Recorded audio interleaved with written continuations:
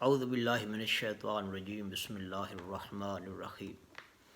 مرج البحرین یلتقیان بینہما برزخ لا یبغیان فبأی آلاء ربکما تکذبان یخرج منہما اللؤلؤ والمرجان فبأی آلاء ربکما تکذبان وَلَهُ الجوار المنشآت فی البحر کالأعلام فبأی آلاء ربکما تکذبان۔ صدق اللہ العظیم۔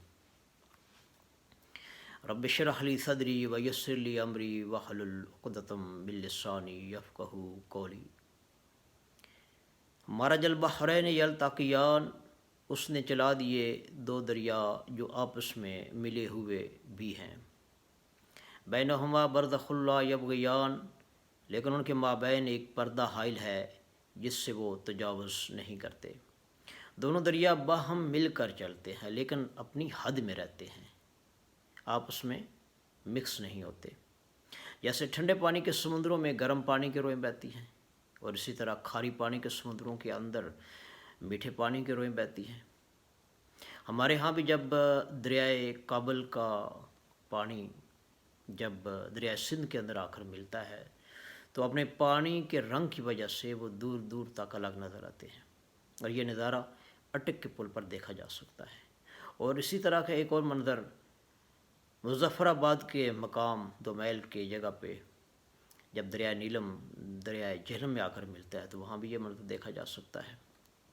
تو یہ اللہ تعالیٰ کی قدرت ہے، یہ اس کی قدرت ہے کہ باہم مل کر چلتے ہیں دریا، لیکن ان کے درمیان ایک برزخ ہے، ایک آڑ، ایک پردہ۔ فَبِأَيِّ آلَاءِ رَبِّكُمَا تُكَذِّبَانِ، تو تم دونوں اپنے رب کی کون کون سی نعمتوں اور قدرتوں کا انکار کرو گے۔ یخرج منہما اللؤلؤ والمرجان، ان دونوں سے نکلتے ہیں موتی بھی اور مونگے بھی۔ فَبِأَيِّ آلَاءِ رَبِّكُمَا تُكَذِّبَانِ، تو تم دونوں اپنے رب کی کون کون سی نعمتوں اور قدرتوں کا انکار کرو گے۔ وَلَهُ الجوار المنشآت فی البحر کالأعلام، اور اسی کے ہیں یہ جہاز جو سمندر میں پہاڑوں کی مانند اونچے اٹھے ہوئے ہیں، یعنی اسی کی قدرت کا نمونہ ہے اور اسی کے قبضہ قدرت میں ہیں۔ پچھلے زمانے کے جہاز اگرچہ دورہ جدید کے زمانہ کے جہازوں کے مقابلے میں چھوٹے تھے، لیکن جب ان کے بھی بادبان کھلتے تھے تو اس وقت وہ پہاڑوں کی مانند دکھائی دیتے تھے، اور دورہ جدید کے جہاز تو بالکل پہاڑوں کے مشابہ ہیں۔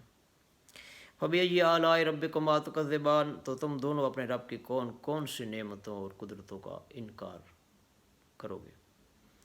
یہاں پر ایک بات نوٹ کیجئے کہ اس سورہ مبارکہ کے شروع سے لے کر اب تک جتنی آیات پڑھی ہیں، ان میں سب سے پہلے اللہ تعالیٰ نے قرآن کی عظمت کا بیان کیا ہے، قرآن کی عظمت کا ذکر ہوا ہے اس سورہ مبارکہ میں، اور پھر اس کے بعد اللہ تعالیٰ کی قدرت اور اس کی صناعی کا ذکر ہے۔ پھر اس کے بعد اللہ تعالیٰ نے انسان کی قوت گویائی علامہ البیان، اس کا ذکر کر کے قرآن کی عظمت کا بیان کیا ہے۔ گویا یہ اللہ تعالیٰ نے یہ ہمیں یاد دہانی کرائی ہے کہ دیکھو یہ جو تمہیں نعمتیں اور اتنی صلاحیتیں عطا کی ہیں تو یہ اس لیے کی ہیں کہ بہترین تو ان نعمتوں اور صلاحیتوں کا مصرف اختیار کرے۔ اس کی اس صلاحیت کا بہترین مصرف کیا ہو سکتا ہے؟ وہ ہے قرآن کا سیکھنا اور سکھانا۔ مزید اس کی وضاحت نبی کریم صلی اللہ تعالیٰ علیہ وسلم کے اس فرمان مبارک سے ہوتی ہے جس میں آپ نے فرمایا خیرکم من تعلم القرآن وعلمہ، کہ تم میں بہترین وہ لوگ ہیں جو قرآن سیکھتے ہیں اور آگے سکھاتے ہیں۔ اللہ تعالیٰ کی عطا کی ہوئی نعمتیں اور اس کی صلاحیتیں جو ہمیں ملی ہیں اللہ تعالیٰ کی طرف سے، ان کا بہترین مصرف یہی ہے کہ ہم قرآن سیکھیں اور سکھائیں، کہ کتاب اللہ ہے، اللہ کی کلام ہے، اللہ کی کتاب ہے، جس کے اندر اللہ تعالیٰ نے بیش بہا خزانے اس کے اندر رکھے ہیں اور ہماری نجات کا ذریعہ ہے۔ تو دعا ہے کہ اللہ تعالیٰ ہمیں قرآن مجید پڑھنے، سمجھنے، غور و فکر کرنے اور آگے اس کو بیان کرنے کی اللہ تعالیٰ ہمیں توفیق عطا فرمائے۔